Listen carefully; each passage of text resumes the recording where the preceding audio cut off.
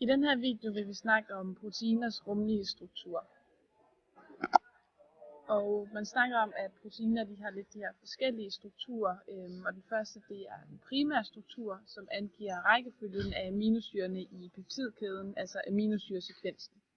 Og de forskellige aminosyrer i polypeptidkæden er sammensat med de her peptidbindinger, der så dannes ved en kondensationsreaktion mellem to aminosyrer, hvor der så vil blive fraspaltet vand. Og de forskellige aminosyrer i polypeptidkæden har forskellige sidekæder, og de har lidt de her forskellige egenskaber i og med, at de kan besidde forskellige ladninger, have syre-base-egenskaber, og desuden har sidekæderne også en meget forskellig polaritet. Nogle er hydrofobe, og andre er hydrofile. Og sidekæderne de har altså stor betydning for proteinets funktion og opbygning. I selve den her peptidbinding, der er atomerne egentlig placeret i samme plan, men oxygen, carbon og nitrogenatomerne de er sp2-hybridiseret. Og det betyder altså, at den her binding den får dobbeltbindingskarakter. Der er altså to forskellige resonansformer, som ses her, hvilket ja, som det også er vist på figuren, giver den her dobbeltbindingskarakter. Det betyder, at der ikke er fri drejelighed omkring den her binding mellem carbon og nitrogen. Og derudover jamen, så kan man sige, at den her CO-gruppe og NH-gruppen jamen, de er placeret i transstilling, som vi også ser her. Og når man snakker om proteinets sekundære strukturer, så er der henholdsvis den her alfa-helix og beta-foldeblad. Og vi ser beta-foldebladet her og alfa-helix i midten og til venstre. Og i begge tilfælde der stabiliseres de her sekundære strukturer af hydrogenbindinger mellem NH-grupperne og CO-gruppen i de her to forskellige peptidbindinger. Og i alfa-helixen der ligger proteinkæden i en spiral med cirka de her 3,7 aminosyreenheder per slutning.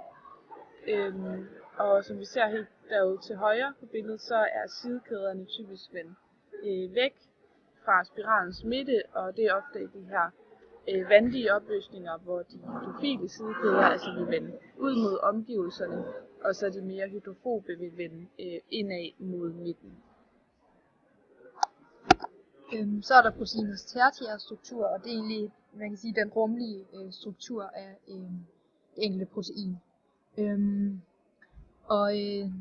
De er altså de her forskellige sådan, intermolekylære bindinger, der skaber den her foldning af proteinkæden. Så man kan se her, jamen, så er der nogle forskellige bindinger, der skaber den her tertiære struktur. Det er for eksempel ionbindinger, hvis man har nogle ladede grupper. Det kan for eksempel være grupper med syre-base-egenskaber, altså nogle sidegrupper på aminosyrene, som har afgivet eller optaget en hydron, og på den måde bliver ladet. Derudover jamen, så kan det opstå svovlbror mellem cystein-aminosyrer, hvor der sker en oxidationsreaktion, og på den måde jamen, så bliver de her to thiolgrupper, som man ser i cystein, de bliver altså sammenkoblet til den her svovlbro.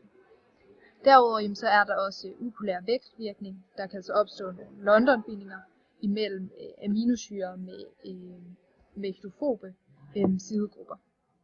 Så har vi også blandt andet de her hydrogenbindinger, som vi også tidligere har talt om, der er med til at stabilisere blandt andet foldebladstrukturerne og de her alfa-helix-strukturer, men som også kan opstå imellem enkelte sidegrupper i aminosyrerne.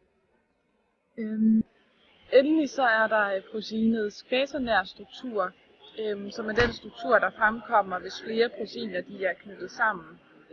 Og her der ser vi altså de fire ens polypeptidkæder, som tilsammen udgør det her proteins quaternære struktur.